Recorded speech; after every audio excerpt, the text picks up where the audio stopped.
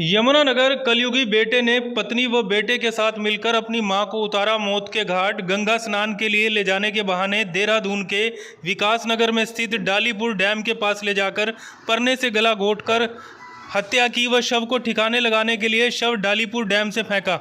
थाना फरकपुर इंचार्ज जनक राज ने जानकारी देते हुए बताया, मृतका नीलम देवी पत्नी हरिदास उम्र 68 वर्ष निवासी ग्राम सुडल की गुमशुदगी बारे 24 मार्च को मृतका के पोते सागर ने रिपोर्ट दर्ज करवाई थी, जिसके बाद पुलिस ने मृतका नीलम देवी को ढूंढने के लिए प्रयास शुरू किए।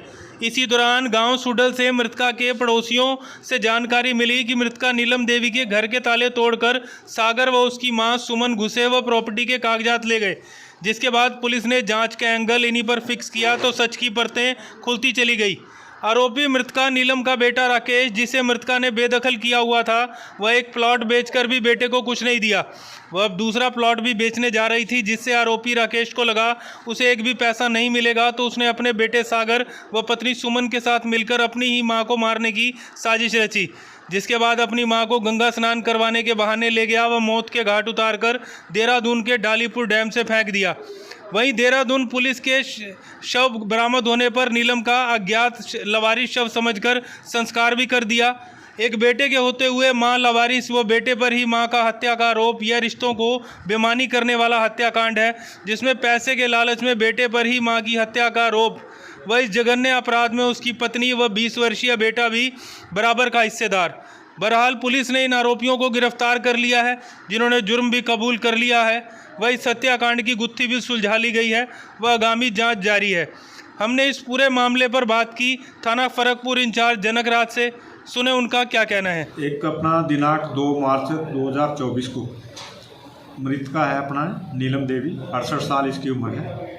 इसका पोता हमारे पास थाने में आता है और इसकी अपनी दादी की गुमशुदगी की रिपोर्ट दर्ज कराता है। हमने इसमें उस मुकदमा दर्ज किया, फिर इसकी जांच की। तो इन बिटवीन जैसे तफ्तीश चल रही थी, एक दिन गांव में मृतका का ये पोता है सागर है और इसकी मां सुमन, ये रात को घर पे आते हैं और घर से चोरी छिपे घर का ताला तोड़ के दस्तावेज उठा के ले जाते हैं। पड़ोसियों ने पास उन्होंने बताया भी ये किस लिए आए हैं, जबकि इनकी दादी यहाँ है नहीं है, इधर तो लड़के गुम है और ये कागज को चोरी कर रहे हैं। तो इन पे शक जाहिर किया। तो फिर हमने जब हमारे पास ही आए, हमने इनसे गहनता से पूछताछ की और इनके गांव की इनकी बहनें भी आई, पंचायत भी हुई। तो इन्होंने स्वीकार किया, राकेश कुमार ने भी, मैंने और मेरी पत्नी ने तथा लड़के ने मिलकर 18 फरवरी की रात को नीलम देवी की हत्या कर दी है, परना से गला घोंटकर, और उसकी डेड बॉडी को डॉली पर नहर है विकास नगर देहरादून में, वहाँ फेंक दिया। तो हमने फिर इसमें फर्दर कार्रवाई की और मुकदमा दर्ज किया, इसमें रफ्ट लिख के इनको गिरफ्तार किया, फिर इनसे पूछताछ करी।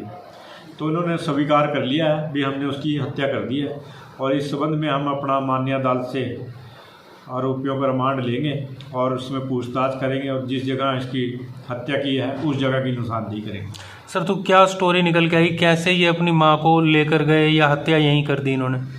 नहीं, अभी पूछताछ में इन्होंने बताया अभी 17 फरवरी को ये किराए पर रहते हैं सैली को, वहाँ से देहरादून में। तो वहाँ से आते हैं गाड़ी लेकर और अपनी मां को यहाँ से गंगा दर्शन करने के, गंगा स्नान कराने के लिए लेकर जाते हैं रात को ही। मृतका है नीलम देवी, इसने अपने लड़के को राकेश कुमार को बेदखल किया हुआ था और कोई प्लाट का इशू था जो इसने बेच दिया था। अब ये मुलजिम कह रहा है अभी मेरे को हिस्सा नहीं मिला, और इसकी माँ और भी एक प्लाट है वहाँ गांव में, उसको बेचना चाह रही थी। तो ये सोच रहा था भी शायद हो सकता है ये प्लाट भी बेच के मेरी माँ मेरी बहनों को दे पैसा, मुझे ना दे। हमने बातचीत की है, विकास नगर पुलिस से हमारे संपर्क में है, उन्होंने इसका पोस्टमार्टम अज्ञात महिला के कराया हुआ है। और अज्ञात करवा के उसके बाद शव है वहाँ? हाँ, शव को उन्होंने नगर पालिका के उससे नियम अनुसार दाह संस्कार कर दिया, अज्ञात समझकर। जी। धन्यवाद सर।